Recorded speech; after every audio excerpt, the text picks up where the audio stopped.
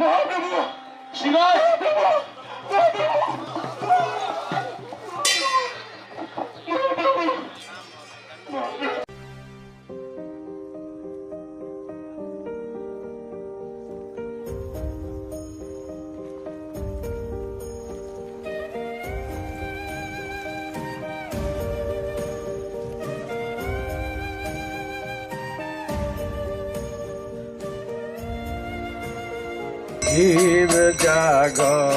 জীব জাগ গোরা চাঁদ বলে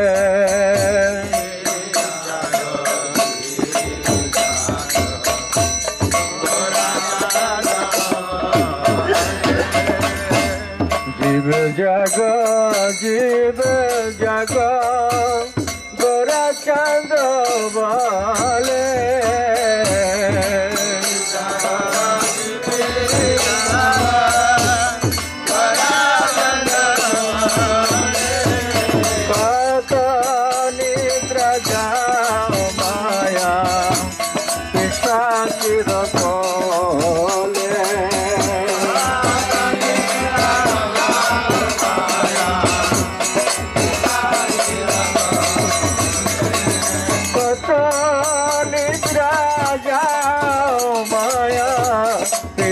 চির কোলে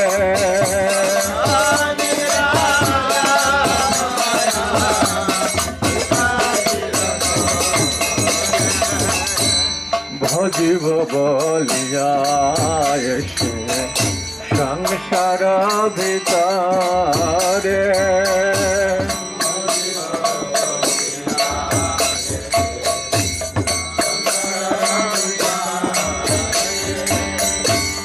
ভজিব বলিয়া এসে সংসার ভিতরে ভজিব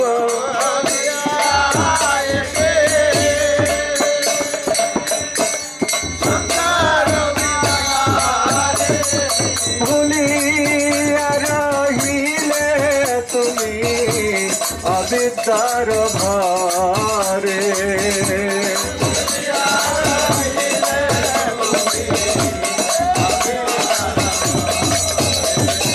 ভুলিয়া রহিলে তুমি অবিদ্যার ভারে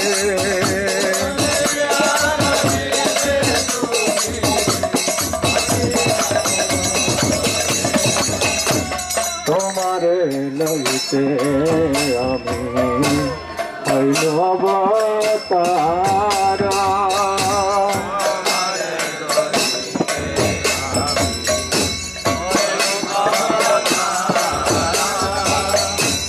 তোমারে লইতে আমি হইল অবতার তোমারে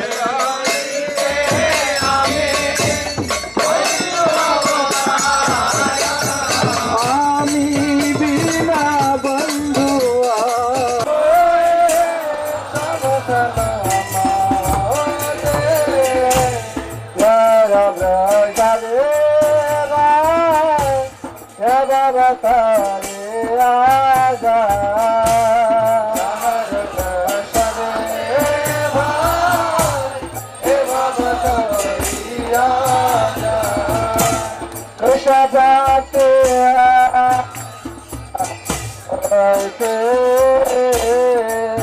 तरुवच्च कृपा सिंधु वयवच पतितानां पावनेभ्यो वैष्णवेभ्यो नमो नमः। जय श्री कृष्ण चैतन्य प्रभु नित्यानंद श्री अद्वैत गदाधर शिवासादि गौर भक्तवृंद। हरे कृष्ण कृष्ण कृष्ण हरे हरे हरे राम राम राम हरे हरे। मुखं करोति वाचालं पङ्गुर्लङ्घयते गिरिं यत्कृपातमहं वन्दे परमानन्दमाधवम्। तो समवेत समुपस्थित परिक्रमाकारी सुधी सज्जन भक्तमंडली हरे कृष्ण कथा হচ্ছে কেন তো সবাই বসুন, চুপচাপ করে বসুন। হরে কৃষ্ণ। যে যেখানে জায়গা পান বসে পড়ুন।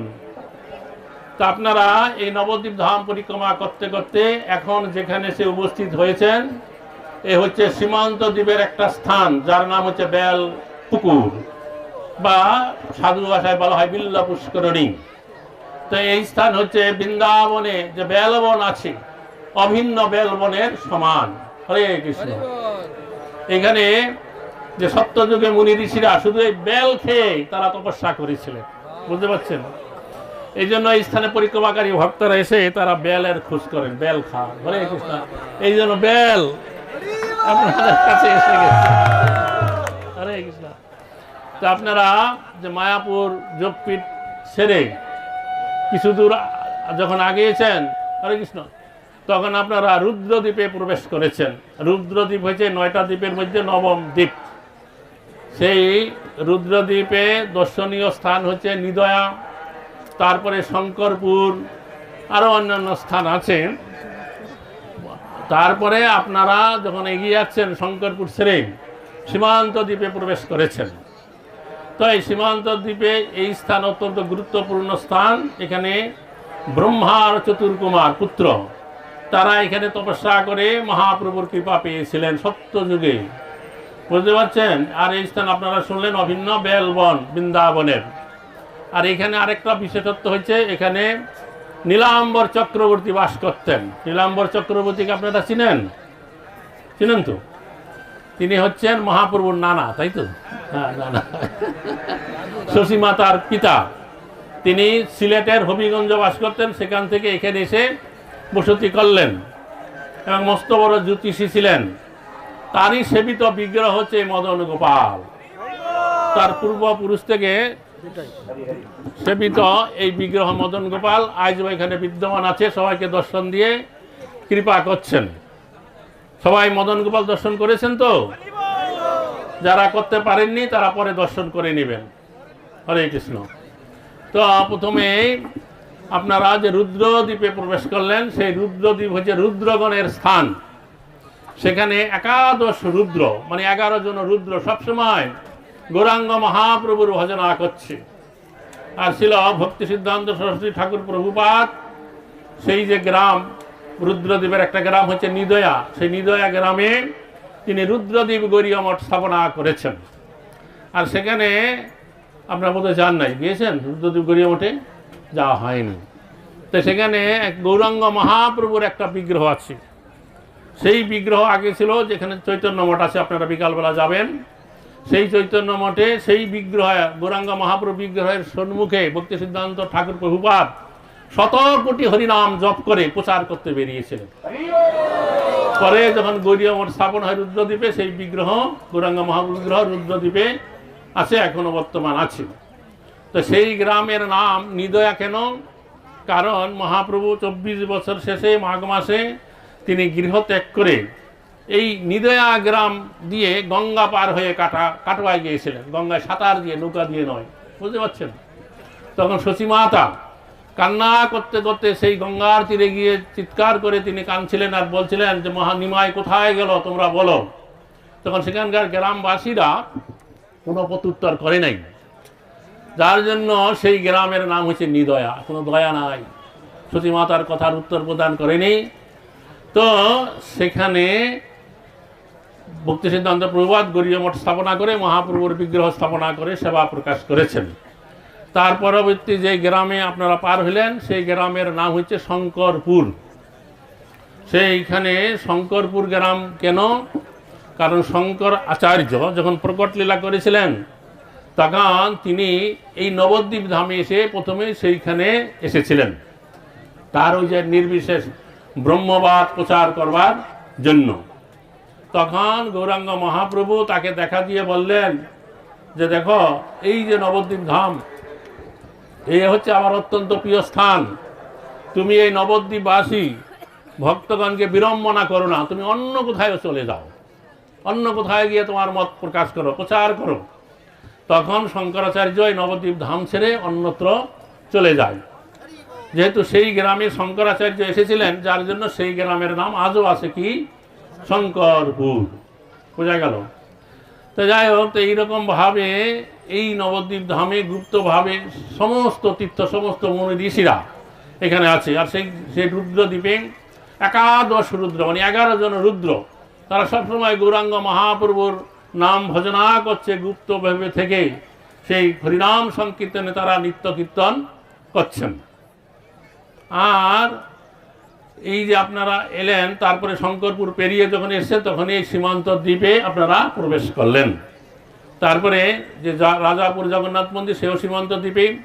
তারপরে যখন চাঁদকাজির সমাধি দর্শন করবেন, তাও সীমান্ত দ্বীপে। তারপরে চাঁদকাজিকে স্থান দর্শন করে যখন একটুখানি আগাবেন, তখন আপনারা অন্তর্দ্বীপে প্রবেশ করবেন। কাজে আজকে আপনাদের রুদ্রদ্বীপ, সীমান্তদ্বীপ এবং অন্তর্দ্বীপ, 3টা দ্বীপ দর্শন হয়ে যাবে। হরে কৃষ্ণ। তো এইখানে এই নীলাম্বর চক্রবর্তী, তিনি একজন মস্ত বড় জ্যোতিষী ছিলেন। মহাপ্রভুর যখন জন্ম হয় ফাল্গুনী পূর্ণিমা, তখন এই নীলাম্বর চক্রবর্তী সেখানে ছিলেন। তিনি সমস্ত লগ্ন গণনা করে দেখছেন, এ তো মহা মহা শুভ লক্ষণ, সমস্ত গ্রহ উপগ্রহ একবারে শুভ যোগে অবস্থান করছে। এবং তিনি তখন বর্ণনা করলেন যে আমাদের লোকসমাজে এমন একটা কথা প্রচলিত আছে যে কোনো বিপ্র এই গৌড়ের রাজা হবে, সেই বা কিনা তার পাশে তোমরা সকলেই জানতে পারবে। তখন আরেকজন ব্রাহ্মণ জ্যোতিষী তিনি গণনা শুরু করলেন। গণনা করে তিনি দেখতে পেলেন যে সমস্ত শুভযোগ এর মধ্যে আছে। তিনি বর্ণনা করতে লাগলেন, একে আচণ্ডালে যবনাদি সকলেই এই শিশুকে কি করবে? সম্মান করবে, প্রণাম করবে, এবং এই নারায়ণের মতন এই কি হবে? প্রভাবশালী হবে। এরকম সমস্ত শুভ লক্ষণ বর্ণনা করে তিনি বর্ণনা করতে লাগলেন। সমস্ত শুভ লগ্ন গণনা করে বললেন যে আমি বড় ভাগ্যবান, এমন কুষ্টি আমি গণনা করলেন। তখন যে জগন্নাথ মিশ্র সুদরিদ্র, সেই ব্রাহ্মণকে তিনি কিছু ধন সম্পদ কিছু দান করতে চান, কিন্তু কিছুই নাই, কি দিবেন? তখন তিনি কি করলেন? সে ব্রাহ্মণকে প্রণাম করে তার চরণ ধরলেন যে আপনার মুখে আমার পুত্রের ভবিষ্যৎ কথা শুনে আমি বড় ধন্য হলাম, তো আমি কি আপনাকে দান করতে পারি? শুধু আলিঙ্গন আমি তো আপনাকে দিলাম। তখন সেই ব্রাহ্মণ বলছে আমি বড় ভাগ্যবান, এহেন কুষ্টি আমি গণনা করলাম। তো সেই ব্রাহ্মণ সমস্ত কিছু বর্ণনা করলেন মহাপ্রভু জীবনে কি কি করবেন, কিন্তু এত আনন্দের মাঝে পাশে দুঃখ আসে। এই জন্য তিনি মহাপ্রভু যে 24 বছর বয়সে গৃহত্যাগ করে সন্ন্যাসী হবেন, এই কথাটা তিনি বললেন না। হরে কৃষ্ণ। তো যাই হোক, এইভাবে মহাপ্রভু কুষ্টি গণনা করা হলো। তো এই নীলাম্বর চক্রবর্তী তখন ঠিক করলেন তার এই শিশুর নামকরণ করবেন। কি নামকরণ করা হবে? তখন সমস্ত স্ত্রীর লোকেরা বলল, যেহেতু এর আগে এই সচী মাতা এবং জগন্নাথ মিশ্রের পরপর জন্মগ্রহণ করে 8টা কন্যা সন্তান গত হয়ে গেছে, কাজে এই শিশুর নাম রাখা হবে নিমাই। নিমাই মানে জমের মুখে নিমতিতা দেওয়া হবে, তাইলে নিমাই হবে। তখন নীলাম্বর চক্রবর্তী বললে, তোমাদের স্ত্রী লোকের বুদ্ধিতে যা হয়েছে তোমরা তা লিখেছ, আমি একে আরেকটা নাম রাখবো, যে এই শিশু বিশ্বকে ধারণ এবং পোষণ করে, তাই এই শিশুর নাম হবে বিশ্বম্বর। কাজে তার 2টা নাম হলো, একটা ডাক নাম নিমাই আর একটা হচ্ছে বিশ্বম্বর। বিদায় করবে আনন্দে, হরি হরি বল। তো এইরকম ভাবে এই নীলাম্বর চক্রবর্তী তিনি যে মস্ত বড় জ্যোতিষী ছিলেন, এখানে তিনি বাস করতেন। তার 2টা কন্যা ছিল, এক হচ্ছে শচী আর এক হচ্ছে কি সর্বজয়া দেবী। তো শচী দেবীকে জগন্নাথ মিশ্রের সাথে বিবাহ দেওয়া হয়েছিল, আর সর্বজয়া দেবীকে চন্দ্রশেখর আচার্যের সাথে বিবাহ দেওয়া হয়েছিল। তো যাই হোক, তো নীলাম্বর চক্রবর্তী এইভাবে এখানে বাস করেছেন, এবং তিনি এই কিনা মদন গোপালের সেবা করেছেন আজীবনকাল। কাজে আমাকে যে সময় দেওয়া হয়েছে, সময় তো অতিক্রান্ত, আমি আর কি বলতে পারি, 15 মিনিট শেষ হয়ে গেছে। হরে কৃষ্ণ। তো ধন্যবাদ। এবার অন্যান্য মহারাজরা আছে, তাদের মুখে আরো বিশদভাবে আপনার অন্যান্য কথা শুনবেন। হরে কৃষ্ণ। ধন্যবাদ। পিতাই গৌর সীতানাথ প্রেমানন্দ। बेलपुकुर में है, बेलपुकुर गांव का नाम है। इस गांव के आउटस्कर्ट में उत्तर दिशा में एक स्थान है पंचवक्र महादेव।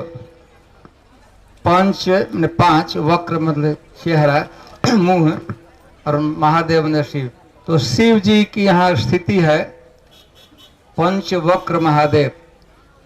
तो एक अन्यतम या इस स्थान पर लीला हुई है, मैं उसी को प्रस्तुत करता हूँ।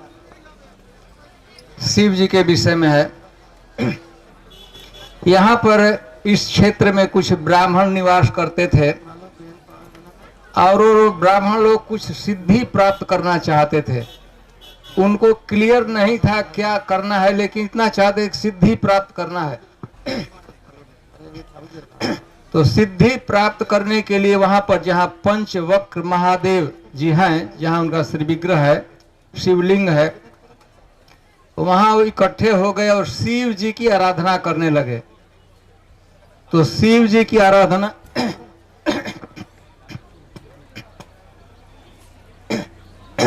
शिव जी की आराधना प्रायः बिल्व पक्ष है, बेल का जो पत्ता है उसे किया जाता है। तो वे लोग बिल्व पक्ष माने बेल का जो पत्ता होता है, पत्ता को चढ़ाते थे शिवलिंग पर।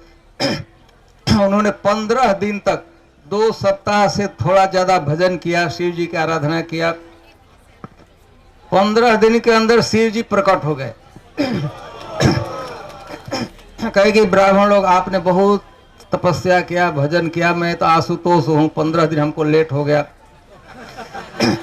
बताइए आप जो इच्छा है मेरे जो पावर में है आपको दे सकता हूं, क्या चाहिए आप लोगों को, वरदान मांगिए। तो वो लोग ब्राह्मण लोग थे, तपस्या तो कर चालू कर दिए थे, भजन चालू कर दिए थे, लेकिन वो ये नहीं निश्चय किए थे कि किस लिए हम भजन कर रहे हैं। कुछ प्राप्त करना है, बड़ा बनना है, सिद्धि प्राप्त करना है। तो शिव जी कहे कि आप जो वरदान मांगिए मैं देने को तैयार हूं। तो उन लोगों ने कहा कि शिव जी हमको कोई ज्ञान नहीं है, क्या मांगना चाहिए क्या नहीं मांगना चाहिए इसका भी हमको ज्ञान है। लेकिन आप तो महादेव हैं, आप ही बताइए कि दुनिया में सबसे अच्छी चीज क्या है, हम लोग को पता नहीं। तो आपसे हम लोग पूछते हैं कि सबसे उत्कृष्ट, सबसे महत्वपूर्ण क्या वस्तु है। शिव जी को निर्णय करने के लिए शिव जी ने बताया कि मेरे समय से तो सबसे अच्छी वस्तु है कृष्ण भक्ति। तब ब्राह्मणों ने कहा कि ठीक है शिव जी, यदि सबसे कृष्ण सेवा ही, कृष्ण भक्ति ही सबसे श्रेष्ठ वस्तु है तो हम लोगों को वही दे दीजिए। ये बताइए वो कैसे प्राप्त होगा, आप बताइए, उपाय बताइए कैसे प्राप्त हमको हो सकता है। तो शिव जी ने कहा ज्यादा चिंता मत कीजिए आप लोग इसके। अभी थोड़े ही काल में इसी क्षेत्र में नवद्वीप में स्वयं भगवान श्री कृष्ण आने वाले हैं, भगवान चैतन्य महाप्रभु के रूप में, गौरांग के रूप में। और वो आएंगे तो शुद्ध जो कृष्ण प्रेम है, कृष्ण के प्रति जो आकर्षण है, रागानुगा भक्ति जिसे कहते हैं, शुद्ध भक्ति, वो ऐसे ही वितरण करेंगे, सबको वितरण करेंगे। और आप लोगों का सौभाग्य, आप लोग भी वहीं पर जन्म ले लीजिए, नवद्वीप में मायापुर में जन्म ले लीजिए। भगवान चैतन्य महाप्रभु अवतार होगा, कृष्ण स्वयं चैतन्य महाप्रभु आएंगे, उनके साथ श्रवण नृत्य कीजिएगा, कीर्तन कीजिएगा। भगवान देने ही के लिए आए। अनर्पित चरिम चिरात करुणया अवतीर्ण कलो। आप लोग मांगने की जरूरत नहीं पड़ेगी, वो देने के लिए आए हैं, आएंगे तो आप लोगों को दे देंगे। तो यह इसके बाद शिव जी अंतर्हित हो गए, अंतर्धान हो गए। और वो लोग ब्राह्मण लोग उसी समय से तपस्या में लग गए, भक्ति में लग गए कि हम लोगों को चैतन्य महाप्रभु प्रकट होने वाले हैं। और फिर उनका शरीर छोड़ दिया और बाद में उन लोगों का जन्म नवद्वीप में मायापुर में हुआ था। तो फिर मायापुर में हुआ, चैतन्य महाप्रभु के साथ रहे, कीर्तन किए, भजन किए, उनको कृष्ण प्रेम की प्राप्ति हो गई। तो वह स्थान है पंचवक्र महादेव। यहाँ से दूर नहीं है, इस दिशा में थोड़े ही दूर है। हम लोग इसलिए नहीं जा रहे हैं, 2-4 लोग जाते हैं तो दर्शन करना तो ठीक है, लेकिन इतने 1000-4000 लोग जाएंगे तो जाम हो जाता है। और आप लोग भी मानते नहीं हैं, जाते हैं तो खड़ा हो जाना है, फोटो लेना है। आप कई हजारों लोग आपके पीछे खड़े हैं, आप वहाँ खड़े हो जाते हैं, ऐसा लगता है कि अब आपके अतिरिक्त कोई शिव जी आपके ही हैं। तो वो लोग ब्राह्मण लोग, आप लोग जानते हैं, यहाँ पर उसी क्रम में प्रवृत्ति काल में, उसके पहले भी आप निम्बारकाचार्य का नाम सुने होंगे। कुमार संप्रदाय, जो 4 संप्रदाय है वैष्णव का, उसमें एक कुमार संप्रदाय तो हंस संप्रदाय कहा जाता है। तो उनके अन्यतम आचार्य, यह भी समझा जाता है कि उनमें से ही, ब्राह्मणों में से कोई निम्बारकाचार्य हुए थे, जो कुमार संप्रदाय के, अच्छा हंस संप्रदाय के प्रवर्तक हुए। उनका निम्बार्क नाम था। छोटी सी के नाम पड़ा। आप लोग कभी ब्रज में गए होंगे और गोवर्धन से आप लोग प्रस्थान किए होंगे, बरसाना गए होंगे, तो प्रथम गांव आता है लेफ्ट साइड में, उसका नाम है, एक गांव है, वो वहीं पर रहते थे। तो एक बार हुआ कि वहां पर भजन करते थे ब्रज में, एक ब्राह्मण उनके पास अतिथि हुए, अतिथि रूप में आ गए। और ब्राह्मण का व्रत था कि सूर्यास्त के बाद कुछ खाते नहीं थे।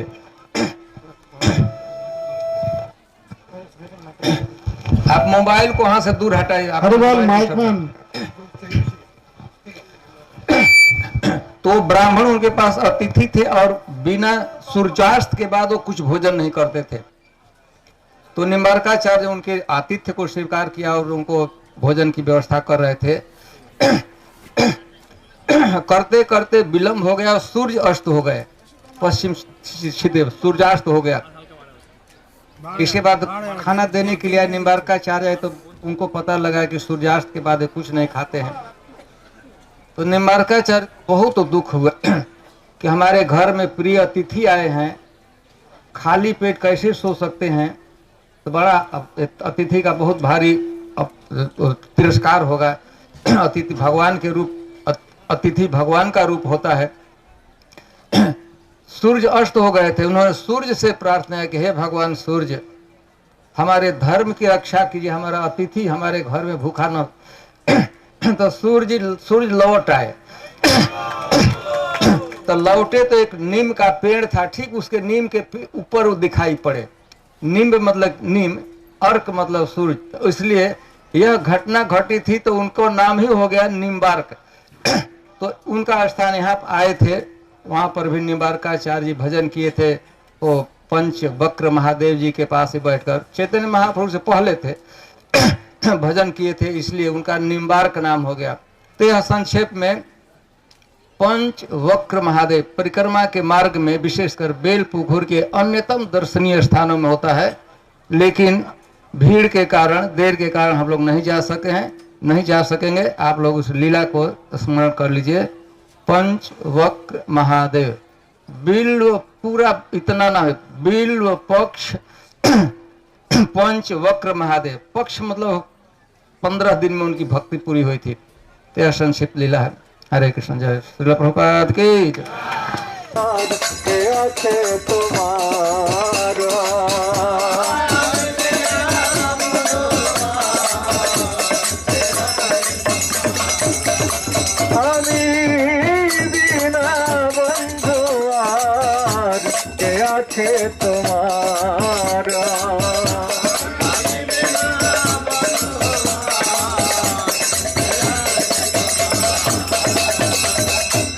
এনেছি ঔষধি মায়া নাশিবার লাগি,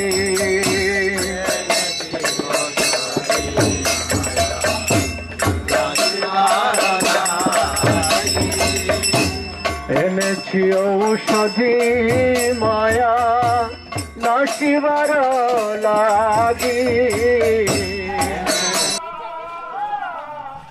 হরে কৃষ্ণ। আমাদের আজকে পঞ্চম দিনের পরিক্রমা, সেই সঙ্গে অন্তিম দিন। এবছর 2022 সালের এই হচ্ছে অন্তিম পরিক্রমা। আমরা সকাল 5:30টায় মায়াপুর থেকে যাত্রা শুরু করেছি। বেশি না, গুটি গুটি পায়ে 12 কিলোমিটার মতো হেঁটেছি। দিয়ে মাঝখানে রুদ্রদ্বীপ, শঙ্করপুর, সেখান থেকে আসলাম মহাপ্রভুর দাদুর বাড়ি, মামার বাড়ি বেলপুকুর। এখানে 1700 বছরের পুরানো মদন গোপাল বিগ্রহ রয়েছেন, কি অপূর্ব দর্শন। আর এ বেলপুকুর, এখানে সবাইকে আমরা বেল খাওয়ালাম। সবাই বেল খেয়েছে, কিন্তু বেলের যা টেস্ট, বেলের সঙ্গে এখানকার কথা আমরা শুনলাম। দিয়ে সকালে হেভি প্রসাদ ছিল, কিন্তু খিচুড়ি, রায়তা, কুল, কলা, চাটনি, পায়েস, পাঁপড়, তরমুজ, আর কি যেন রসগোল্লা, আর আমাদের পরিবারের কুল পেয়ে আমরা এখন চলছি হাঁটতে হাঁটতে। মাঝখানে মেঘের চড়া, যেখানে মহাপ্রভু সংকীর্তনের সময় মেঘ এসেছিল, মেঘকে উড়িয়ে দিয়েছিলেন মহাপ্রভু। তারপরে শ্রীমন্তনী মাথায় যাব। তারপরে কোথায় যাব, আমাদের সঙ্গে থাকুন, দেখতে পাবেন। সব বলে দিচ্ছি না, শুধু হাঁটতে থাকুন। আরে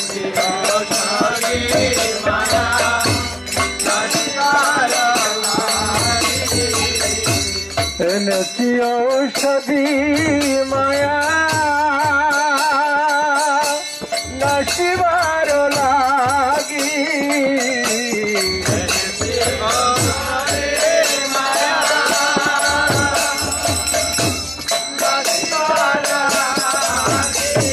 হরি নাম মহামন্ত্র লহ তুমি মাগি।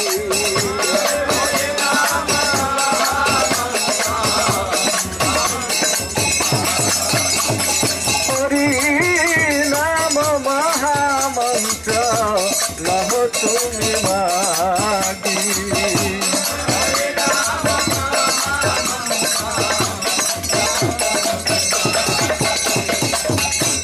ভকতি বিনোদ প্রভু চরণে পড়িয়া।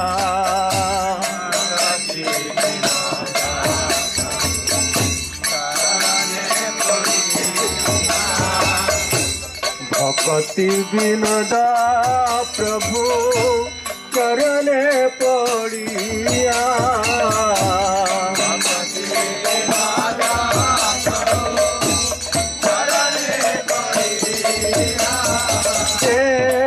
হরি নাম মন্ত্র লইলেন মাগিয়া।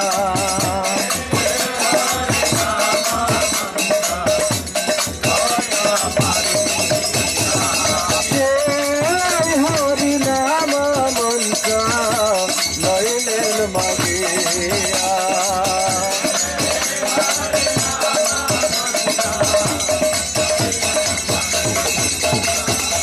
হরে কৃষ্ণ কৃষ্ণ কৃষ্ণ হরে হরে, হরে Ram Ram Ram Hare Hare.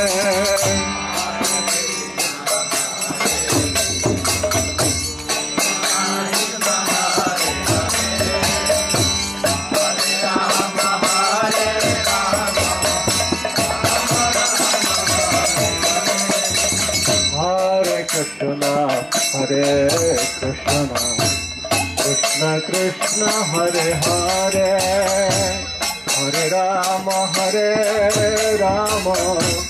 Ram Ram Hare Hare.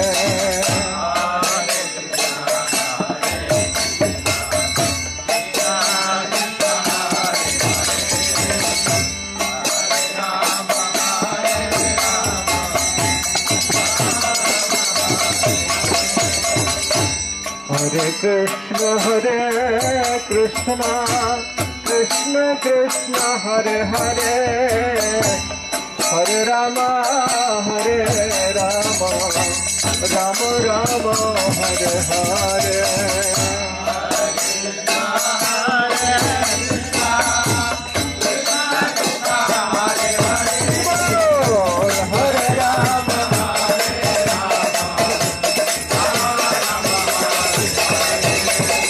Krishna, Krishna Krishna, Hare Hare, Hare Ram, Ram Ram, Hare Hare. Hare Krishna, Krishna Krishna, Hare Hare, Hare Ram, Hare Krishna, Krishna Krishna, Hare Hare, Hare Ram, Ram Ram, Hare Hare. Hare Krishna, Krishna Krishna, Hare Hare, Hare Ram,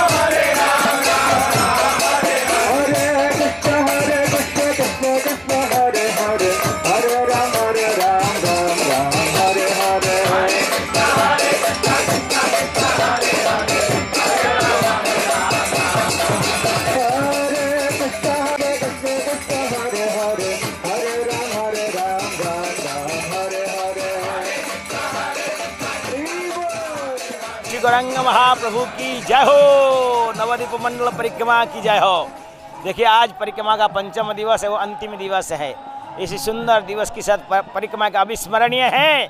आज हम सुबह मायापुर स्कंद से आरंभ करते हुए अनेक स्थान गए और विशेषकर शंकरपुर के बाद गए बेलपुकुर में नीलांबर चक्रवर्ती चैतन्य महाप्रभु का मामा का गांव, सच्ची माता का पिताजी का घर दर्शन करते हुए हम लोग मेघरचरा दर्शन करते हुए, सीमांतिनी देवी दर्शन करते हुए, महादेव दर्शन करते हुए अभी राजापुर जगन्नाथ मंदिर में पहुँचे हैं, जो अभिन्न जगन्नाथपुरी है।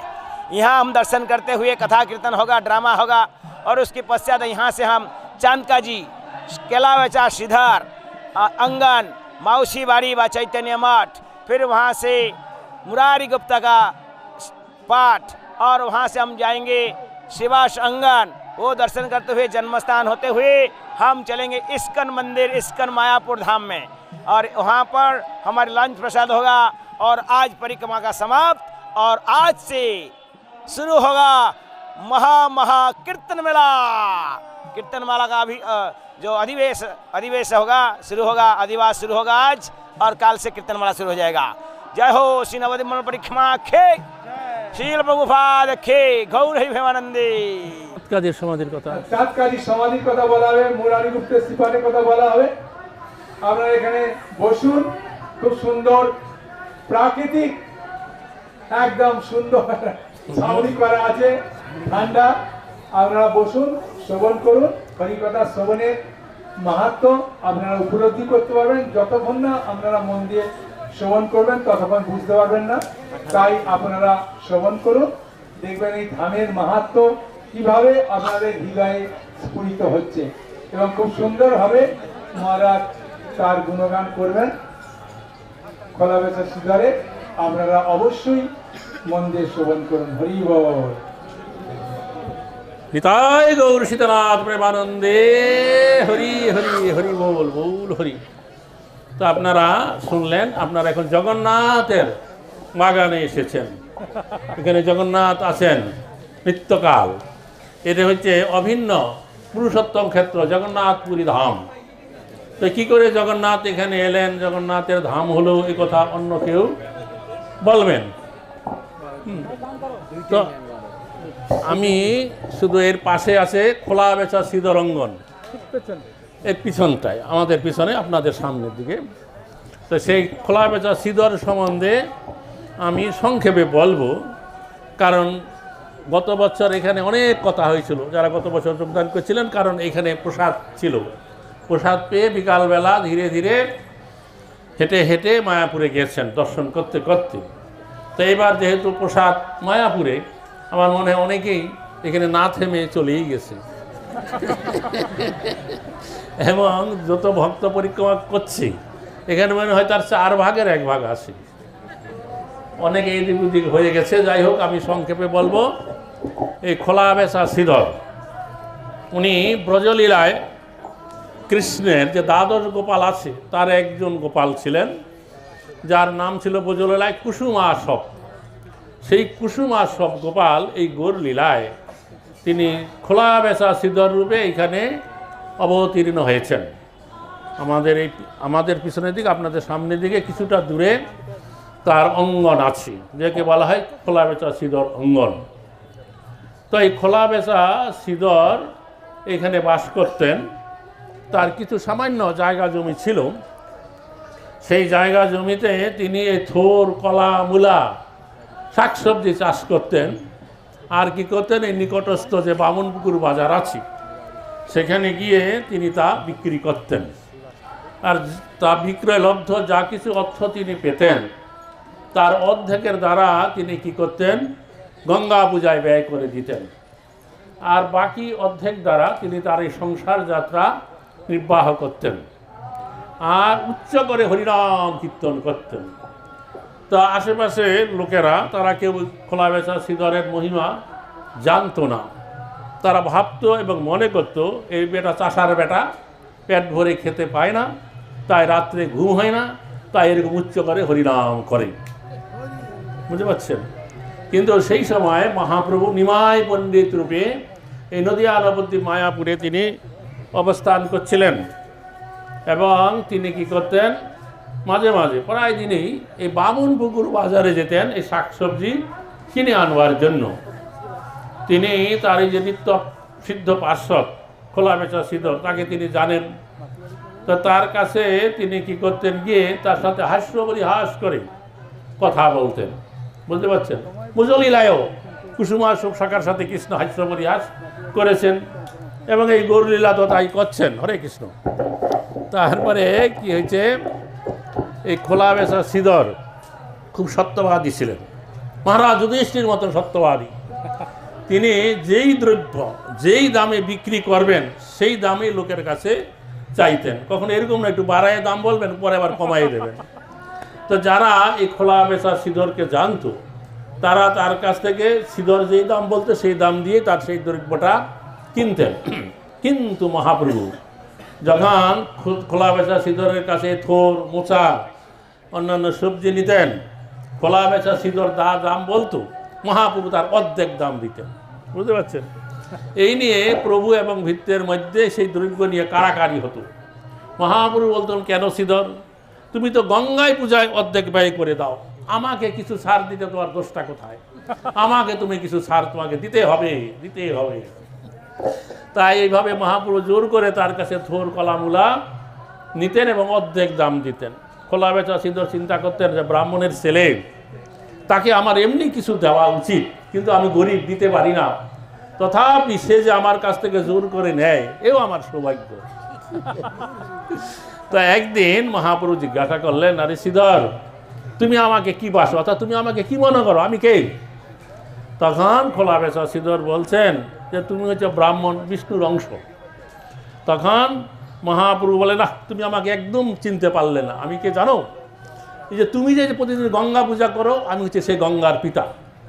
তখন খোলা বেচা শ্রীধর জিভ কাটছেন যে, আরে মানুষের যখন দিন দিন বয়স বাড়ে, বড় হয়, তখন তার চঞ্চলতা কমতে থাকে। আর তোমার বেলায় দেখছি তার বিপরীত, যতই তোমার বয়স হচ্ছে তোমার এই চঞ্চলতা আরও বেড়ে যাচ্ছে। এইরকম দুইজনে হাস্য পরিহাস করতেন। তারপরে কি হলো, মহাপ্রভু যেই দিন চাঁদকাজিকে দমন করলেন, আমরা যেখানে চাঁদকাজি সমাধি মন্দিরে যাবেন তার পিছনে হচ্ছে কাজীপাড়া, ওখানে চাঁদকাজির বাড়ি ছিল। সেখানে গিয়ে চাঁদকাজিকে যখন দমন করলেন, তখন কয়েকজন ভক্তকে সঙ্গে নিয়ে মহাপ্রভু কি করলেন, এই খোলা বেচা শ্রীধরের বাড়িতে এলেন। তার বাড়িতে এসে তিনি বিশ্রাম করলেন। এই জন্য খোলা বেচা শ্রীধরের বাড়িটাকে বলা হয় বিশ্রামস্থলী। আবার এই যে নবদ্বীপ ধাম পরিক্রমা নিত্যানন্দ প্রভু এই জীব গোস্বামী, শ্রীবাস ঠাকুর আর অন্যান্য কয়েকজন ভক্তকে নিয়ে যখন করেছিলেন, তো প্রথম দিন মায়াপুর থেকে বেরিয়ে দর্শন করতে করতে এই খোলা বেচা শ্রীধরের বাড়িতে এসে বিশ্রাম করেছেন। সেই সময় খোলা বেচা শ্রীধর হয়তো তার জমিতে কিছু কাজকর্ম করছিলেন। যখন তিনি শুনতে পেলেন যে নিত্যানন্দ প্রভু এসেছেন, তাড়াতাড়ি ছুটে এলেন, এসে তাকে দণ্ডবত প্রণাম করলেন আর হাত জোর করে বলছেন, এই দাসের প্রতি আপনার বড় দয়া, আপনি আমার গৃহে এসেছেন, তো ঠিক আছে, আজকে আমার গৃহে আপনি বিশ্রাম করুন। তখন নিত্যানন্দ বলবেন, ঠিক আছে, আমরা আজকে তোমার এখানেই বিশ্রাম করব। তুমি হচ্ছে প্রভুর অত্যন্ত কৃপা প্রাপ্ত ভক্ত, মহাপ্রভু তোমাকে অনেক কৃপা করেছেন। তখন খোলা বেচা সিঁদুর রান্না বান্না করার ব্যবস্থা আদি করলেন। তো সেখানে খোলা বেচা নিত্যানন্দ প্রভু ও মহাপ্রভু কয়েকজন ভক্ত নিয়ে খোলা বেচা সিঁদুরের বাড়িতে এসে বিশ্রাম করলেন। নিত্যানন্দ প্রভু করেছেন, এই জন্য খোলা বেচা সিঁদুরের বাড়িটাকে বলা হয় বিশ্রাম স্থলী। তখন এইখানে এসে মহাপ্রভু বিশ্রাম করলেন এবং সিঁদুরের বাড়িতে রাখা একটা ফুটো লৌহ পাত্র, তাতে জল গড়িয়ে মহাপ্রভু জল পান করছিলেন। আর খোলা বেচা সিঁদুর তখন চিৎকার করে বলছেন, আমি মরে গেলাম, হে প্রভু, এইরকম একটা পাত্রে জল পান করা তোমার কর্তব্য নয়। তথাপি মহাপ্রভু জোর করে সেই ফুটো লৌহ পাত্রে জল পান করলেন। এটা হচ্ছে ভগবানের স্বভাব।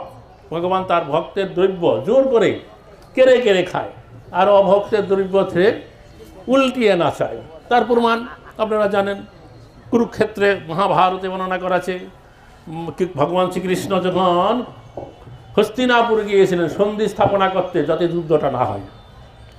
তো এই সংবাদ পেয়ে দুর্যোধন, শকুনি, কর্ণ তারা তখন যুক্তি করলেন যে ঠিক আছে, কৃষ্ণ আসতেছে, ভালো হচ্ছে, ওর জন্য থাকার সুন্দর ঘরের ব্যবস্থা করো, নাচ গানের ব্যবস্থা করো, আর 56 ভোগের আয়োজন করো, ভালো মন্দ খাইয়ে কৃষ্ণকে আমাদের দলে টেনে নিয়ে আসবো। তো যখন সেখানে গেলেন কৃষ্ণ, তখন তাকে সুন্দর করে অভ্যর্থনা করলেন। তারপরে দুর্যোধন বললেন যে চলো কৃষ্ণ বিশ্রামাগারে বিশ্রাম করবে। তখন কৃষ্ণ অন্তর্যামী ভগবান, আমরা মনে মনে যা চিন্তা করি সবার মনোভাব তিনি জানতে পারেন।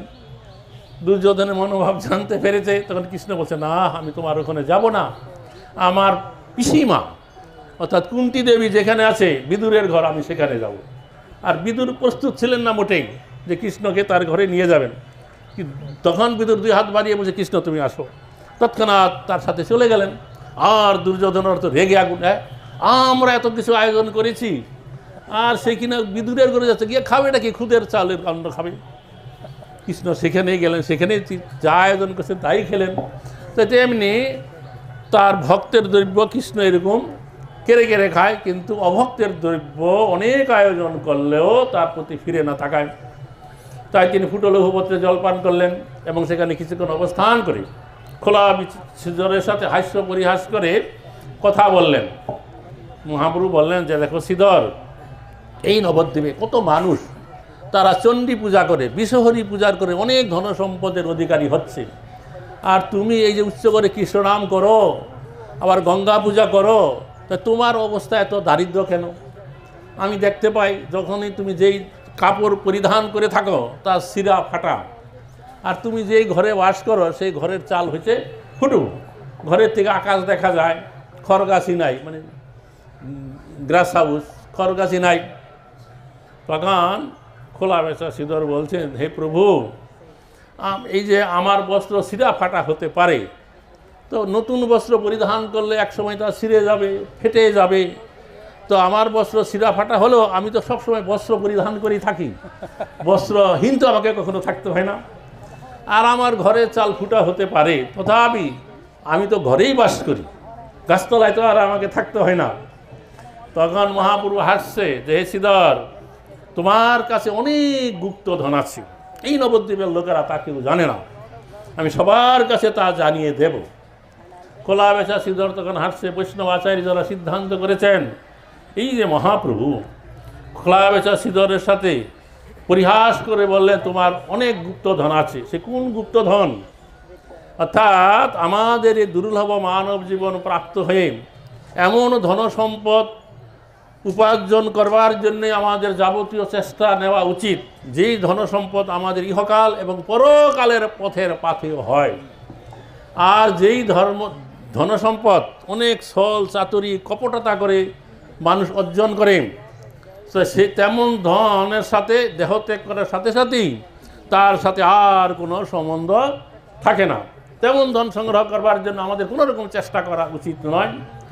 অল্প আয়াসে অনায়াসে যা আসবে তাই দ্বারাই সে তার সংসার যাত্রা নির্বাহ করবে। কৃষ্ণের উদ্দেশ্যে যা রান্না হবে ভোগ নিবেদন করে প্রসাদ গ্রহণ করবেন আর হরিনাম করে দিন রাত কাটিয়ে দেবেন। তো খোলা বেচা সিঁদুরের এই জড়জাগতিক কোনো ধনসম্পদ ছিল না, তার কোনো ধনসম্পদ ছিল মহাপ্রভু বলছেন যে তোমার কাছে অনেক ধনসম্পদ আছে, তা হচ্ছে কি কৃষ্ণ প্রেম ধন। সেই কৃষ্ণ প্রেম ধন উপার্জন করবার জন্যেই আমাদের যাবতীয় চেষ্টা রাখা উচিত। তো এই খোলা বেচা সিধরের আচরণের দ্বারা মহাপ্রভু ভক্তগণের কাছে শিক্ষা দিলেন যে মহাপ্রভু তার এক এক ভক্তের দ্বারা এক একটা জিনিস শিক্ষা দিয়েছেন। শিবানন্দ সেনের দ্বারা ভক্ত সেবা, বৈষ্ণব সেবা কী করে করতে হয়, রঘুনাথ দাস গোস্বামীর দ্বারা বৈরাগ্য শিক্ষা দিয়েছেন, আর এই খোলা বেচার সিধরের দ্বারা শিক্ষা দিলেন কি, যে যথা লাভে তথা তুষ্ট, অল্প আয়াসে অনায়াসে যা আসবে তাই দ্বারা সংসার যাত্রা নির্বাহ করে কৃষ্ণ নাম কৃষ্ণ ভজন করে সে তার দিন অতিবাহিত করবে।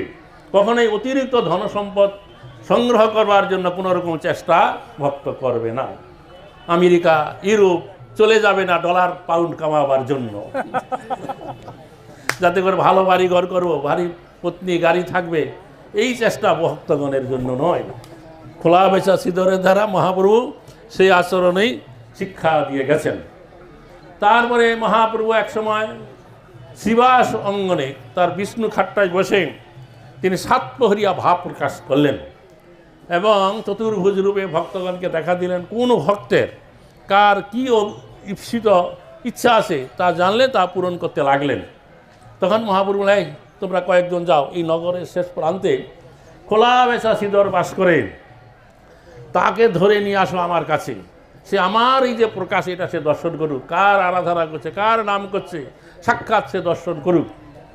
তখন কয়েকজন ভক্ত তারা ছুটে এলেন শিবাস অঙ্গন থেকে খোলা বেচা সিধরের বাড়ির কাছে এসেই তারা শুনতে পেলেন যে খোলা বেচা সিধর উচ্চ করে হরিনাম কীর্তন করছেন। তখন ভক্তরা বলেন, আরে সিধর শুনো, মহাপ্রভু শিবাস ঠাকুরের বাড়িতে আছে, তোমাকে ডেকেছে, তুমি তাড়াতাড়ি চলো। আর এই কথা শোনা মাত্র খোলা বেচা সিধর আনন্দে এমন বিহব্বল হয়ে পড়েছে যে প্রভু আমায় ডেকেছে, আর তার হেঁটে যাওয়ার ক্ষমতা নাই। ভক্তদের আর দেরি সইছে না, তারা তখন তাড়াতাড়ি তাকে ধরাধরি করে কাঁধে তুলে নিছে, নিয়ে একবার কী করছে, শিবাস অঙ্গনে নিয়ে গেছে, নিয়ে মহাপ্রভুর সম্মুখে রেখেছে। আর মহাপ্রভুর সেই যে চতুর্ভুজ রূপে দেখা দিয়েছেন তা দর্শন করছে, বারবার দণ্ডবোধ করছেন, প্রণাম করছেন, আবার উঠছেন। তখন মহাপ্রভু খোলা বেচা সিধরকে বললেন, হে সিধর, তুমি আমার কাছে একটা বর প্রার্থনা করো, তোমাকে আমি একটা বর দিব। খোলা বেচা সিধর বলছে, না না না, আমি আপনার কাছে কোনো বর চাই না, আপনি আমাকে কোনো বর দেবেন না। তখন বলছে, তুমি চাও তো তোমাকে আমি এক্ষুনি অষ্টসিদ্ধি প্রদান করে দিচ্ছি। খোলা বেচা সিধর বলছে, হে প্রভু, আপনি আমাকে অষ্টসিদ্ধি বর প্রদান করেন, আমাকে আপনি বঞ্চিত করবেন না। তখন মহাপ্রভু, ঠিক আছে, তাহলে তুমি আমার স্তবস্তুতি করো। তখন খোলা বেচা সিধর বলছেন যে আমার তো কোনো বিদ্যা বুদ্ধি নাই, আমি কি দিয়ে আপনার স্তবস্তুতি করব? মহাপ্রভু বললেন, তোমার জিভায় যা উচ্চারিত হয় তাই তুমি বলতে থাকো। তখন মহাপ্রভুর ইচ্ছায় শুদ্ধা সরস্বতী এই খোলা বেচা সিধরের জিভায় অধিষ্ঠিত হইলেন। তখন খোলা বেচা সিধর সুন্দরভাবে মহাপ্রভুর স্তবস্তুতি করতে লাগলেন। চৈতন্য ভাগবতমে বৃন্দাবন দাস ঠাকুর তা সুন্দরভাবে বর্ণনা করেছেন, আমি পড়েছি, কিন্তু আমার তো তত স্মরণশক্তি নাই যে আপনাদের আমি বলে শোনাবো, ভুলে গেছি, আপনারা পড়ে দেখবেন।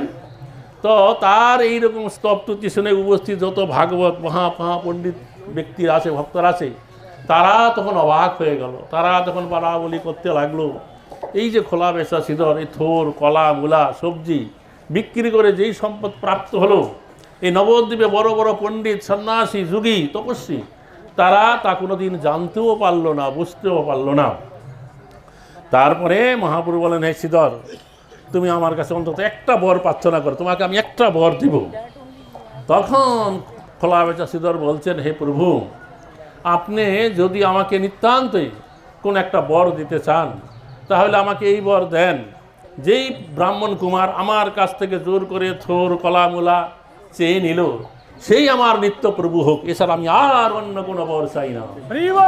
তখন ভক্তরা হরিধ্বনি করলেন। তো এইভাবে খোলা বেচা সিধরের সাথে মহাপ্রভুর এই লীলা।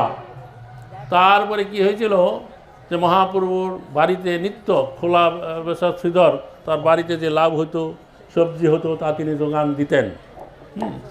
তারপরে মহাপ্রভু যেই রাত্রে গৃহত্যাগ করে সন্ন্যাসীর জন্য চলে যাবেন, গৃহত্যাগ করবেন, তো সেই দিন সন্ধ্যা রাত থেকে মহাপ্রভুর কাছে নগরবাসী অনেক লোক আসছে, সবাইকে মহাপ্রভু হরিনাম কীর্তন করে যাওয়ার উপদেশ দিলেন।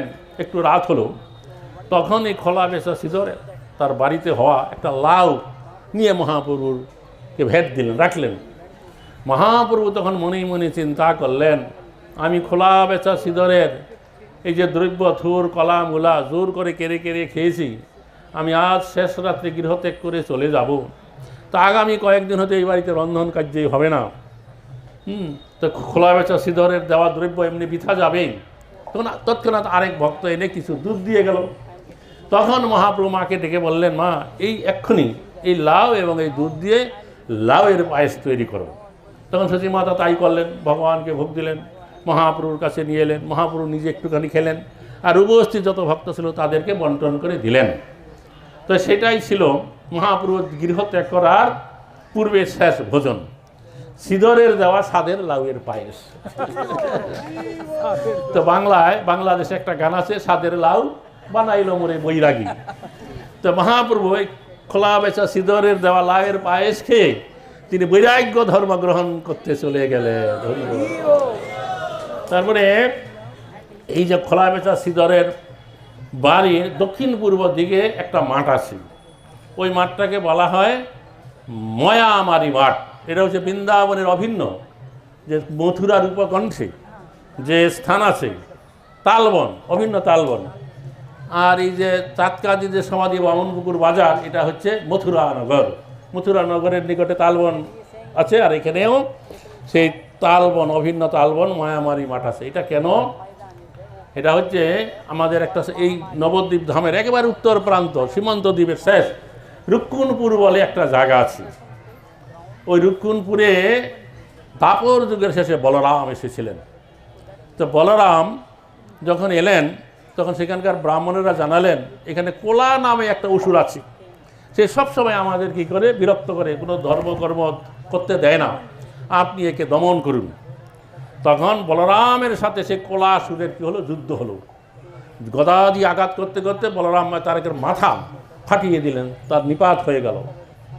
তখন কি হলো, এই ভক্তিবিনোদ ঠাকুর এই যে নবদ্বীপ ধাম সাহিত্য গ্রন্থ লিখেছে, 3টা গ্রন্থ লিখেছে। একটা হচ্ছে পরিক্রমা খণ্ড, আরেকটা হচ্ছে প্রমাণ খণ্ড, আরেকটা হচ্ছে ভাব তরঙ্গ। তিনি প্রথমে পয়ার ছন্দে পরিক্রমা খণ্ড লিখেছেন, সেটা বাংলা পয়ারে। তারপরে প্রমাণ খণ্ড লিখেছেন, অর্থাৎ তিনি চিন্তা করেছিলেন এই যে আমি পরিক্রমা খণ্ড লিখেছি, এটা পরে কারো মনে সন্দেহ হতে পারে যে ভক্তিবিনোদ ঠাকুর এই কথা কোথায় পেল। তখন বিভিন্ন শাস্ত্র পুরাণ উপনিষদে যত শ্লোক আছে সংস্কৃত, তাই প্রমাণ দিলেন প্রতিটা কথা। সেটা হচ্ছে প্রমাণ খণ্ড। সেই প্রমাণ খণ্ডে আছে যে এই যে কোলাসুরটা, এটা পূর্ব জীবনে এই নবদ্বীপ অধিপতি রাজা ছিল, তো ভালোভাবে রাজকার্য চালাচ্ছিল। কিন্তু যখনই তিনি ওই যে লোমহর্ষ মুনিকে দেখতেন, তার বিরূপ দেখে একে দন্ত বিকশিত করে হাসতেন, এরকম বারবার হয়ে যাচ্ছিল। একবার কি হলো, সেই লোমহর্ষ মুনির ক্রোধ হয়ে গেল। তখন সেই রাজাকে অভিশাপ দিয়ে দিল যে তুমি এরকমভাবে রাজা হয়ে আছো, আর আমাকে আমার এই কুরূপ দেখে তুমি হাসো, তো তুমি একটা অসুর হয়ে যাও। তখন সেই যে রাজা তার কাছে ক্ষমা চাইলেন, ক্ষমা করুন, অপরাধ এই অভিশাপ তুলে নেন। তখন সে লোমহর্ষ মুনি বলল, দেখো তুমি আমাকে দেখে এরকম করে হাসতেই আমার ক্রোধ হয়ে গেল, আমি তো অভিশাপ দিয়ে ফেলেছি, এখন এটা উঠে নেওয়া যাবে না, তোমাকে অসুর হতে হবে। ঠিক আছে, তুমি অসুর হয়ে থাকো, এই দাপর যুগের শেষে যখন বলরাম আসবে, তার গদাঘাতে তুমি সে কোলাসুর জীবন থেকে উদ্ধার প্রাপ্ত হয়ে যাবে। তাই এই বলরাম এলেন এবং তিনি কোলাসুরকে বধ করলেন, তাকে উদ্ধার করলেন। তারপরে বলরাম এইখানে এসেছিলেন, এই রাজাপুর আমাদের এই স্থানে। তো এইখানে আসতে পর এখানকার ব্রাহ্মণেরা জানালেন, হে প্রভু, আপনি কোলাসুরকে বধ করেছেন, খুব ভালো কাজ করেছেন। আমাদের এখানেও ময়া নামে একটা অসুর আছে, আপনি তাকেও দমন করুন। তখন বলরাম একবার হাঁটতে হাঁটতে গেলেন, এই জলঙ্গি নদীর ধারে বিশাল একটা মাঠ আছে, খুব শস্য ক্ষেত, সেখানে গিয়ে ওই ময়াসুরের সাথে তার মল্লযুদ্ধ হলো। মল্লযুদ্ধ করতে করতে তাকে তিনি নিপাত করলেন। এই জন্য ওই মাঠটাকে নাম হচ্ছে ময়ামারি মাঠ। কিন্তু স্থানীয় লোকেরা এখন তা বোঝে না, তারা বলে মারামারি মাঠ। ময়া নামক অসুরকে বলরাম বধ করেছে, তাই ময়ামারি মাঠ তারপরে বলরাম এখান থেকে তিনি জন্মদ্বীপে গিয়েছিলেন। জন্মদ্বীপের মুনির যেখানে আশ্রম আছে সেখানে গিয়ে গঙ্গায় স্নান করে সেখানে তিনি কী করেছিলেন, একটা সমস্ত নবদ্বীপ মণ্ডল যত ব্রাহ্মণ আছে তাদেরকে নিমন্ত্রণ করে একটা বিশাল একটা উৎসব করেছিলেন, পাকা ভোগ খাইয়েছিলেন। মানে এই লুচি, পুরি, হালুয়া, রাবড়ি, ক্ষীর, মিষ্টান্ন তাই দ্বারা তিনি ভোজন করেছেন এবং তাদেরকে অনেক বস্ত্র, স্বর্ণ ইত্যাদি দান করেছেন। তো এইরকমভাবে বলরাম এই নবদ্বীপভাবে লীলা করেছেন। তো যাই হোক, আপনারা এই সংক্ষেপে আমার কাছে খোলা বেচা সিদ্ধরের কথা শুনলেন। আর এখান থেকে যখন যাবেন তারা অন্য অন্য স্থান দর্শন করবেন। হয়তো কথা এখানেই শেষ কথা, এই অধিবেশনই শেষ অধিবেশন। সন্ধ্যাবেলা আজকে আর বোধহয় কথা হবে না। তবে গত বছর এবং এই বছর আমাদের সংক্ষিপ্ত পরিক্রমা হচ্ছে। আগে আমরা 7টা দলে বিভক্ত হয়ে এই নবদ্বীপ ধাম পরিক্রমা করতাম, ক্যাম্প করে থাকতাম এবং বিস্তারিতভাবে কথা বলা হতো। তা আমরা আশা করিতেছি এই পৃথিবী থেকে শীঘ্রই এই করোনা ভাইরাস রোগ দূর হয়ে যাবে এবং এই বিশ্বযুদ্ধ, বিশ্ব নেতাদেরও শুভবুদ্ধি হবে, তারা যুদ্ধে আর বাড়াবে না, আর যুদ্ধ করবে না। তা আগামী বছর আমরা পূর্ণাঙ্গ পরিক্রমা করতে পারবো আপনাদেরকে নিয়ে। আপনারা মহাপ্রভুর কাছে এটা প্রার্থনা জানান, জগন্নাথের কাছে, মহাপ্রভুর কাছে, যেন আগামী বছর যেন আমরা পূর্ণাঙ্গ পরিক্রমা করতে পারি। যদি পূর্ণাঙ্গ পরিক্রমা হয় আগামী বছর 23শে ফেব্রুয়ারি থেকে পরিক্রমা আরম্ভ হবে এবং 2 তারিখ মার্চ মাসের মায়াপুরিকা মহামিলন হবে। এখন তো প্রতি বছরই মহামিলন হচ্ছে। হরে কৃষ্ণ, নিতাই গৌর প্রেমানন্দে, হরি হরি বল। জয় নবদ্বীপ ধাম পরিক্রমা কি জয়।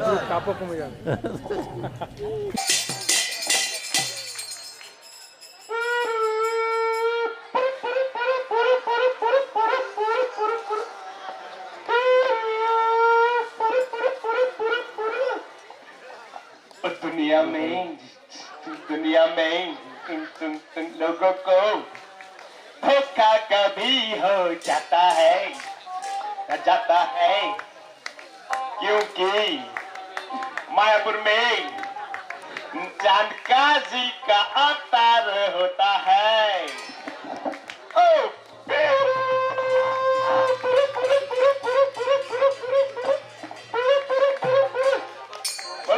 नवाब चांद काजी की।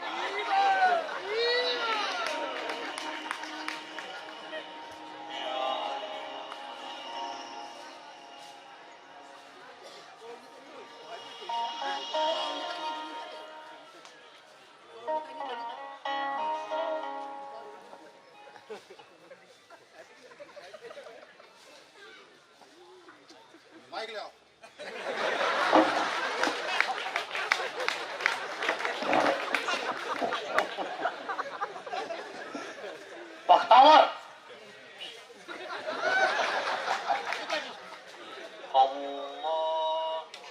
मेरे रियासत में सब ठीक है ना? सब ठीक। करीम जी का साहब सबको बराबर करके रखा ना? बिल्कुल का साहब, सब बराबर, हिम्मत ही नहीं है। हाँ, कोई भी थोड़ी भी अगर जरूरत करे ना, उसको 6 इंच छोटा करने का, समझेगा? लेके चलेगा जी सब, तुझे पता है? नहीं। तो सुन, अरे मुल्ला बनाना अपना काम, क्योंकि चांद काजी, चांद काजी, चांद काजी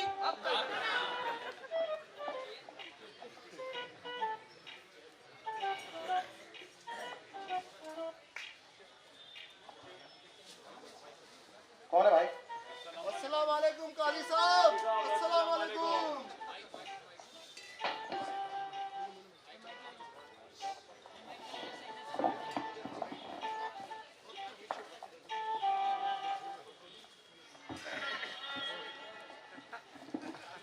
काजी साहब, काजी साहब, अरे बोल, मर क्या रहा तू, बोल। काजी साहब आ गए, बिना पानी सर से ऊपर गुजर रहा। काजी साहब, इस मौसम में बाढ़ आ रही है नालायक। अरे काजी साहब समझ क्यों नहीं रहे? हमारे धर्म का सत्यानाश कर दिया है काजी साहब, धर्म भ्रष्ट कर दिया है हमारा, तमाशा बना के रखा है, तमाशा।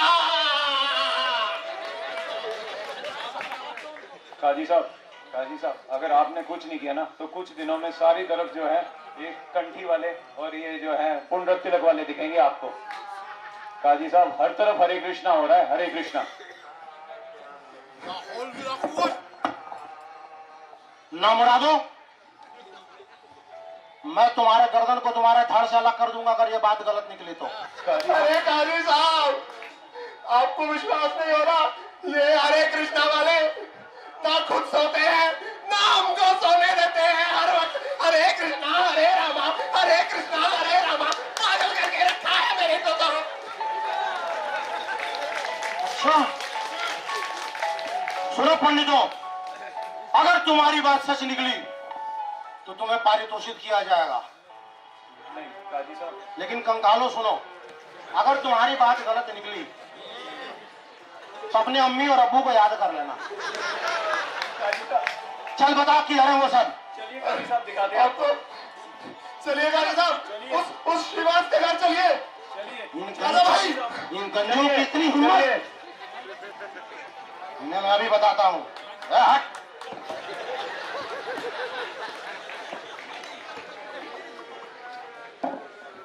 हरि बोल, हरि बोल।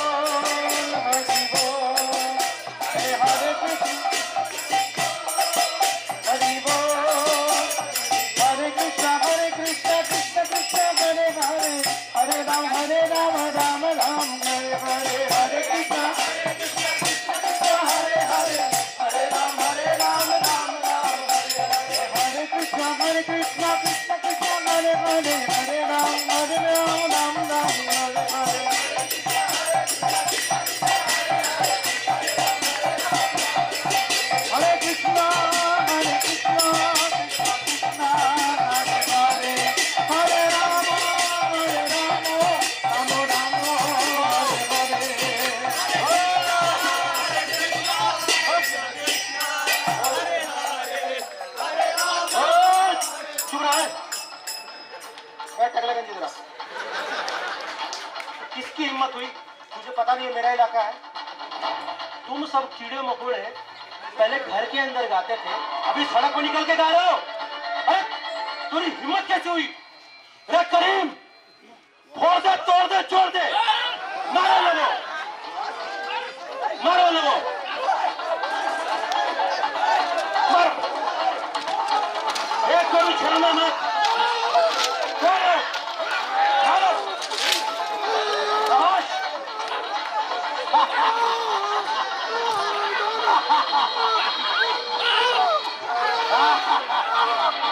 बहुत बढ़िया। रुको रुको रुको रुको रुको, ओए इधर आ, इधर आ, बैठो।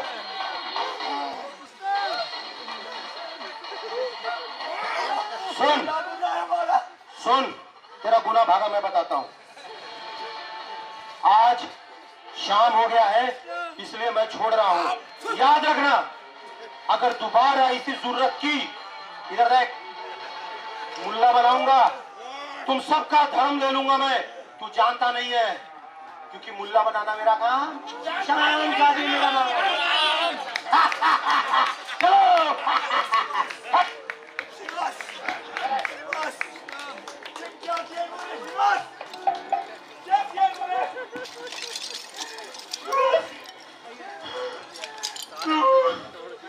ये सब खत्म हो गया, खत्म हो गया। हमारा बेटा सोना, हमारा बेटा सोना।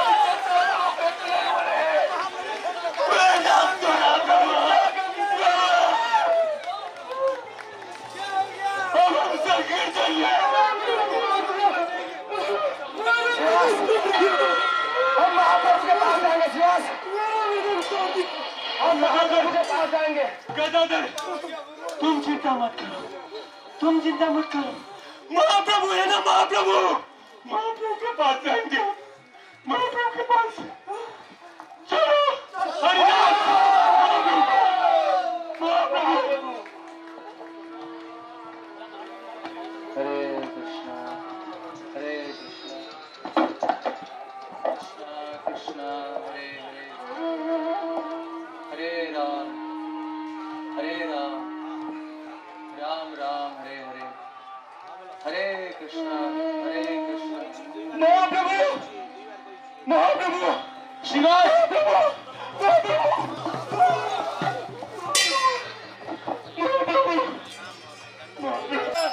कृष्ण हरे हरे राम हरे कृष्णा कृष्ण कृष्ण हरे हरे हरे राम राम राम हरे। जगला बोले हरे कृष्ण कृष्ण कृष्ण हरे हरे हरे कृष्णा कृष्ण कृष्ण हरे हरे हरे राम राम राम हरे हरे हरे कृष्णा हरे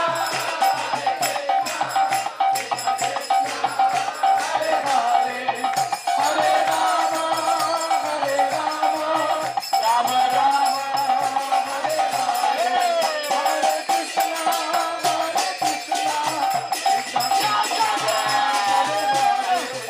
हरे राम शंकर हरे हरे शंकर निकल बाहर, निकल बाहर।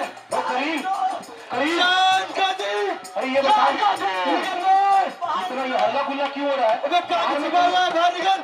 ये बाहर में कोई बारात वारात जा रहा है ना क्या?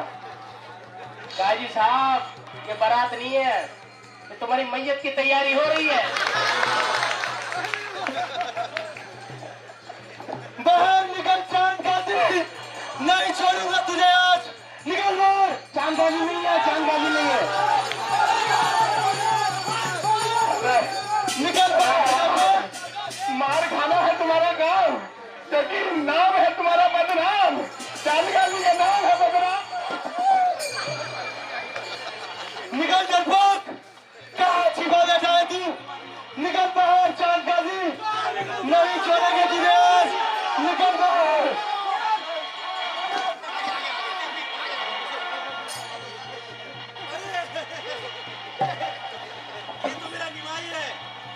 अरे ये तो मेरा निवाई है। निवाई मेरा भाई, आजा आजा आजा। ये तो गुस्सा क्यों करते हैं? इतना प्यारा चेहरा है, गुस्सा अच्छा नहीं लगता। अच्छा लगता क्या? तुम्हें पता है मैं अंदर छुपा हुआ क्यों था? क्योंकि मैंने देखा तुम लोग बहुत गुस्सा में थे। अब गुस्सा में माहौल खराब हो, कौन निकलता है? समझा करो बात को। अभी देखो तुम लोग नॉर्मल हो गए, मैं भी नॉर्मल हो गया ना। मैं एक बात बताऊं, तुम्हारा नाना जी है ना चक्रवर्ती साहब, उससे हमारा बहुत पर्सनल रिलेशन है। सुनो तो बात, उस रिश्ते से ना मैं तुम्हारा मामा, तुम मेरा भांजा। अब भांजा गलती करता तो मामा बुरा मानता है क्या? नहीं ना, मामा गलती करेगा, भांजा बुरा क्यों मान रहा है? मेरी एक बात बताओ काजी। हाँ, हमारे वैदिक शास्त्रों में लिखा है कि गाय हमारी माता है, लेकिन तुम लोग गाय की हत्या क्यों करते हो? बताओ मुझे, आराम से पूछो ना। फिर बताओ काजी, बताओ क्यों मारते हो तुम गाय को? देखो, ये मांस भक्षण जो है ना, ये कोई नई चीज नहीं है। हर कोई खाते हैं, तुम लोग भी तो खाते हो। तुम्हारे यहाँ भी तो अश्वमेध यज्ञ होता है, गौमेध यज्ञ होता है, उधर भी तो डालते हो, खाते हो ना। अब हम लोग खाते हैं तो उसमें क्या गलत है? वेदों में लिखा गया है कि जब हम गाय को आहुति देते हैं तो उसी यज्ञ के बाद गाय को मनुष्य जीवन मिलता है। लेकिन अभी वैसे ब्राह्मण नहीं है। कलयुग का धर्म है श्री हरिनाम संकीर्तन, वही सबसे सर्वश्रेष्ठ धर्म है। और तुमने उसी धर्म को बंद करना चाहा काजी। तुमने कुरान पढ़ी है कभी? पढ़ी है? बताओ, पढ़ी है कुरान? मैंने कुरान पढ़ा, कुरान एज इट इज नहीं पढ़ा है। कुरान शास्त्री, कुरान वेदों का कोर्स किया है तुमने कभी? ना, मैं मायापुर गया ही नहीं कोर्स करने ये सब। नहीं गए इसलिए बता रहा हूँ ना। सुनो ध्यान से, कान खोल के सुनो ध्यान से। तुम्हारे कुरान में लिखा गया है कि गाय का दूध अमृत के समान होता है। पता तो नहीं है तुम्हें, आर्गुमेंट कर रहे हो। आप सही कह रहे हैं महाप्रभु। मैंने जो ग्रंथ पढ़ा है वो हाल ही में विकसित हुआ है और यही कारण है कि मुझे इसके बारे में ज्यादा नहीं पता। और एक मजबूरी और है कि मुझे अपने कौम को देख के चलना पड़ता है। अगर मैं जरा दाएं बाएं गया ना, वो मेरा, समझ गए ना, इसीलिए ना चाहते हुए भी वो सब करना पड़ रहा है जो सब हम नहीं करना चाहते हैं। पर आप सही कह रहे हैं, हम लोग ध्यान रखेंगे। और मेरी एक बात बताओ काजी, उस दिन तो तुम बहुत जोर से भक्तों की पिटाई किए और हमारा मृदंगा भी तोड़ा। आज तुम्हारी सिटी पिटी क्यों हो है? सारी बातें यही पूछोगे? उधर चलते हैं ना, साइड में बात करते हैं। आइए। नहीं, ये सब मेरे भक्त यहाँ पे बैठे हैं, इन सब के सामने बताओ कि तुमने उस दिन मृदंग क्यों तोड़ा था। बताओ, सबको बताओ, यही पे सबके सामने बताओ। अच्छा ठीक है, थोड़ा प्राइवेट बात था लेकिन फिर भी बोलते हो तो बोलता हूँ। असल में हुआ क्या ना, उस दिन तो मैं बड़ा चौड़ा बन के तोड़ आया। उसके बाद उस रात पता है क्या हुआ? जब मैं सो रहा था तो सपने में एक अजीबो गरीब, अरे मैंने ऐसा आदमी कभी नहीं देखा। अरे आदमी ना था, क्या था पता नहीं। उसका ऊपर का जो था ना शेर का था और इधर बाकी सब मनुष्य का। और मेरे छाती पे चढ़ गया और पता है वो नाखून को पूरा थोड़ा सा अंदर जाता मेरा। उसने पता है क्या बोला? बोला काजी तेरी होगी बर्बादी अगर तूने दोबारा हरिनाम रोका तो। भैया फिर क्या था, मैंने तो कान नाक मुंह सब पकड़ा। मैंने बोला आज के बाद मैं क्या, मेरा बाप ही नहीं कभी रोकेगा।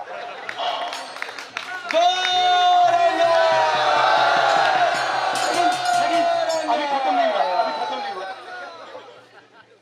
और मुझे लगा ना कि मैं भ्रम में हूँ, मैं भ्रम में नहीं था। मेरे तो प्यारे करीम ना लागी जरा, इसके साथ भी वैसा ही कुछ हुआ। बोल तेरे साथ क्या हुआ? उस दिन महाप्रभु, आप उस दिन जब हमने मृदंग तोड़ा, मेरी दाढ़ी जल गई, उसे फुफुर नहीं पड़ गए। मैं क्या करूं? इसकी तो बोलती बंद हो गई और इसकी बोलती रुकी नहीं रही थी। माइक दे इसको। हरी हरी हरी हरी हरी। उस दिन से इसके मुंह से हरी हरी हरी हरी खत्म ही नहीं हो रहा। अब हमें एक बात का पता चल गया है, हे गौरहरि, अब मैं आपको इसी नाम से पुकारना चाहता हूँ। हे गौरहरि, हे नारायण, हम जान गए हैं कि आप वही साक्षात आप परम पुरुषोत्तम भगवान हैं।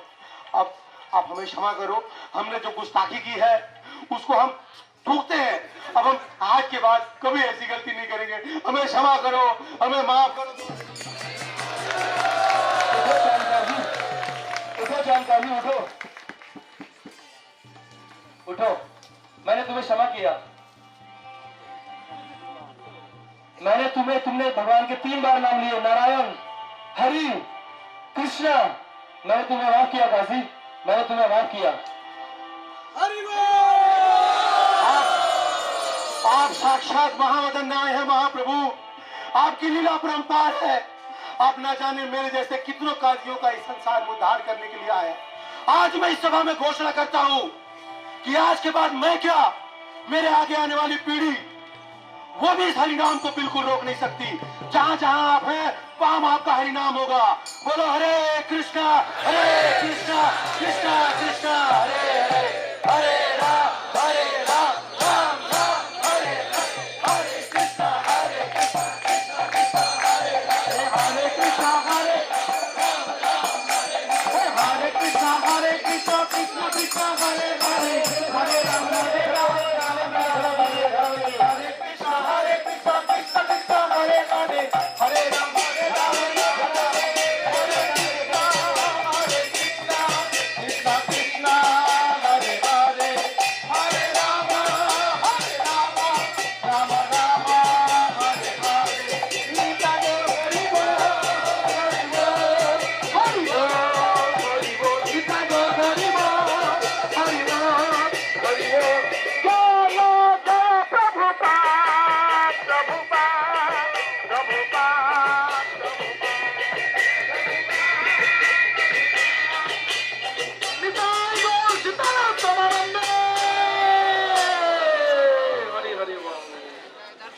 कृष्णा। बहुत बहुत धन्यवाद।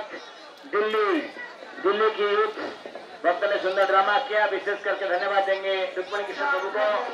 रुक्मणी कृष्ण प्रभु ने कार्यक्रम के अंदर से बहुत सुंदर ड्रामा का धन्यवाद। धीरे धीरे चलिए आप लोग। हरे कृष्णा। यहीं से गोपाल जी आगे चल चुके हैं। कीर्तन परिजनों में कीर्तन प्रारंभ करें और यहाँ से प्रचार करेंगे।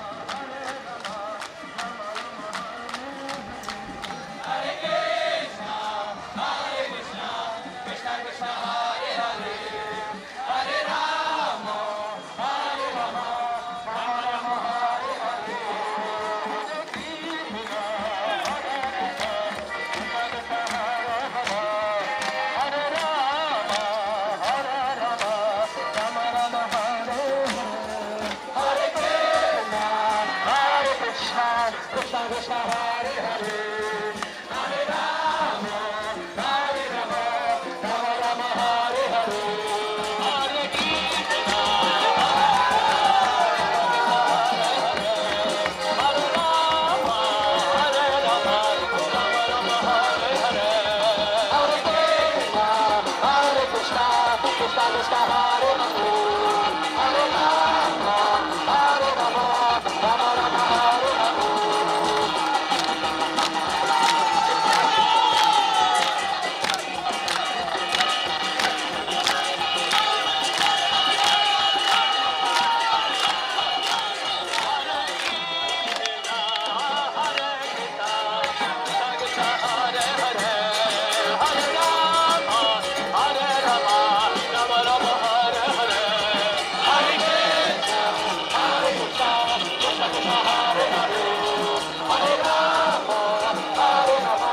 राम राम हरे राम।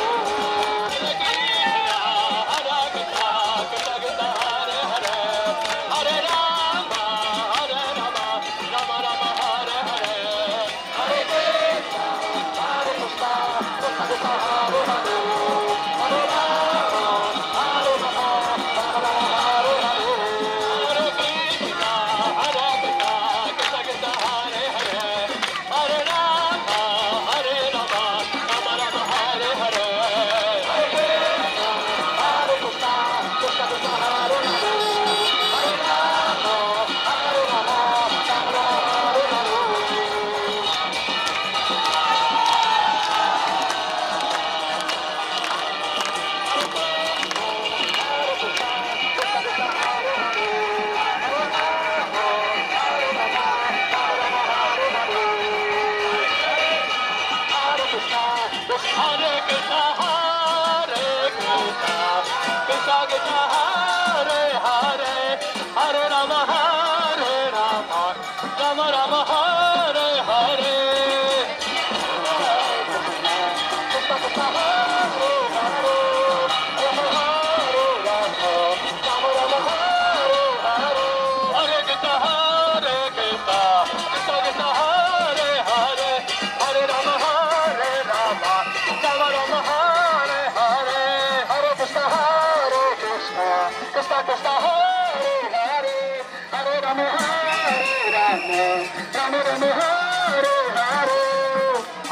Krishna